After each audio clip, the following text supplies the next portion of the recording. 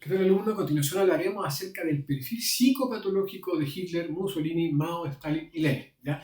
En la clase de hoy pretendo establecer, en términos generales, cuáles son un poco las características principales y más entendibles para las personas que no son psicólogos ni psiquiatras respecto de cómo podemos valorar un poco o analizar el perfil de estos tipos que solamente entre las fotografías que ustedes ven acá han matado a probablemente más de 300 millones de seres humanos. ¿Ya?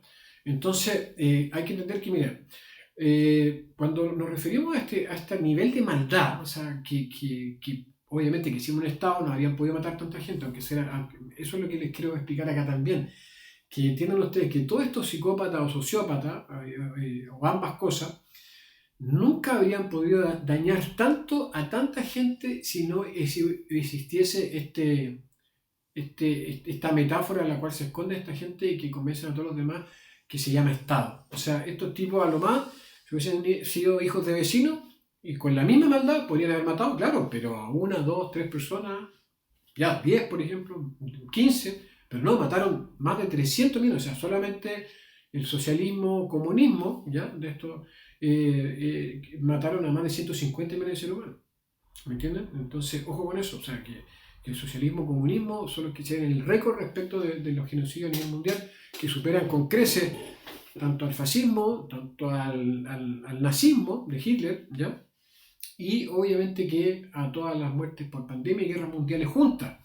Entonces, lo que pasa es que no se saben esas cosas y todo el mundo se concentra en los asesinatos masivos de Hitler, pero hay que entender de que, porque el mundo es socialista, pero el socialismo, porque el comunismo es una utopía, nunca se ha podido manifestar y tampoco se va a poder manifestar jamás, solamente el socialismo puro o que se considera la fase previa del comunismo. Por tanto, la ideología más prolífera respecto de asesinatos masivos en la historia de la humanidad es el socialismo.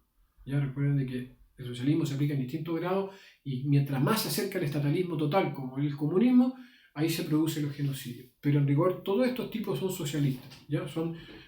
Creen en el Estado, son estadólatras y utilizan al Estado como una especie de utensilio que les permite a ellos multiplicar de forma exponencial toda su maldad y su capacidad de hacer daño, que sin el Estado esta gente no habría sido tan asesina, ¿ya? Así que eso un poco. Bueno, la diferencia entre sociópata y psicópata es fundamental. El psicópata comienza a manifestar algunas características disruptivas respecto de su carácter, de su psicología, tanto interna como externa desde el punto de vista del comportamiento desde más niños. Ya sea son personas más solitarias, son personas que en rigor no funcionan trabajando en equipo y son personas a las cuales tú no puedes confiar y por lo general establecen puras relaciones que les sacan un provecho, pero ni siquiera tienen buenas relaciones ni siquiera con los animales. Ojo que Hitler era como un amante, siempre se muestra con sus perros y varios otros tipos igual y todo. Entonces yo creo que no me atrevería, desconozco mucho las historias infantiles porque además la información está bastante limitada respecto del conocimiento fidedigno, respecto histórico de esta gente en cuanto a sus primeros años. Pero entendámoslo que el término que mejor se asocia para el perfil psicopatológico de estos tipos es la sociopatía. ¿Por qué? Porque ellos tienen el foco de su maldad, de todas sus perversiones que justificaron en el fondo, según ellos, la matanza de millones de seres humanos, es por un factor social. Por eso se llama sociópata, porque básicamente estos tipos es probable que en etapas tempranas del desarrollo humano hayan sido personas comunes y corrientes, pero que básicamente por ese motivo, porque leyeron algo, en el fondo porque odiaron, ese odio lo canalizaron a través de un aparato tan poroso como el Estado, una metáfora tan porosa que monopoliza la fuerza y que en el fondo todo ese odio social contra un enemigo, que se basa en la psicología del enemigo, se aplicó en contra de millones de personas. Entonces estas personas por eso que se habla de sociópatas, porque es muy probable que la sociopatía se manifiesta con posterioridad a la niñez, inclusive a la adolescencia. Por ejemplo, ustedes mismos, supongamos que van a un país y resulta que son asaltados y una ficción obviamente extrema, pero para que saquen la idea, y ustedes son victimizados por una banda de hindús, por ejemplo, o de africanos.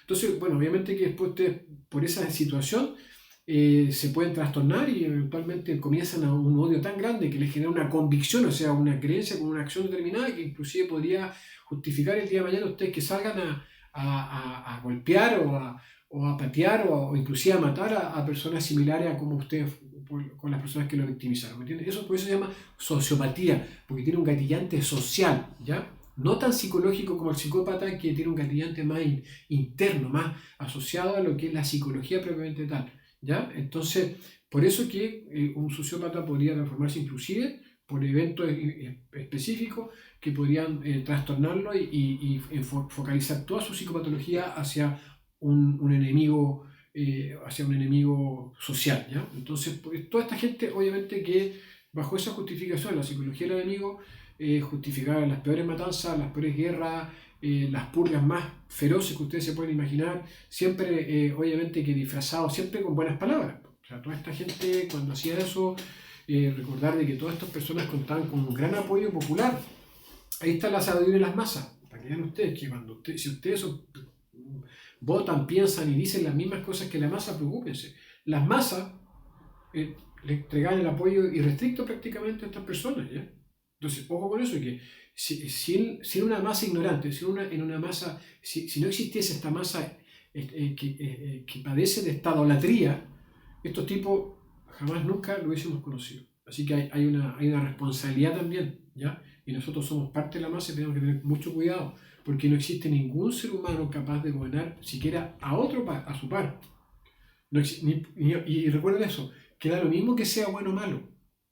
Si tú le pasas el Estado qué sé yo, al padre Hurtado o a un santo, no sé, a cualquier santo que ustedes tengan en su mente, igual va a causar daño. Lo que pasa es que, como les digo, todo se traduce en distintos grados. Ahora, si el Estado del Estado se apodera además un sociópata, ahí se producen los genocidios, ¿me entiendes? Entonces, por eso es que no tiene que ver que el Estado lo maneje en personas buenas o malas. Son las ideas las incorrectas, es la utopía del Estado, de la clase gobernante, de la necesidad de una clase gobernante, de la necesidad de una clase predadora, de la necesidad de una estructura parasítica, de parásitos, de la clase gobernada, lo que nosotros no tenemos que cambiar culturalmente. O sea, esto es un curso revolucionario, pero sin agresión, sin destrucción, ¿ya? Simplemente la mejor forma de quitarle el poder a estos monstruos, ¿ya? y a futuros monstruos es dejar de creer en ellos, dejar de creer en la fuente de poder de estos sociópatas, que es la metáfora del Estado, ¿ya? Así que eso con respecto al perfil psicopatológico de Hitler, Mussolini, Mao, Stalin y Lenin. Y le hablo Cristian Arauz Díaz, profesor del primer curso internacional de psicopolítica, y nos vemos en la siguiente clase. Hasta luego.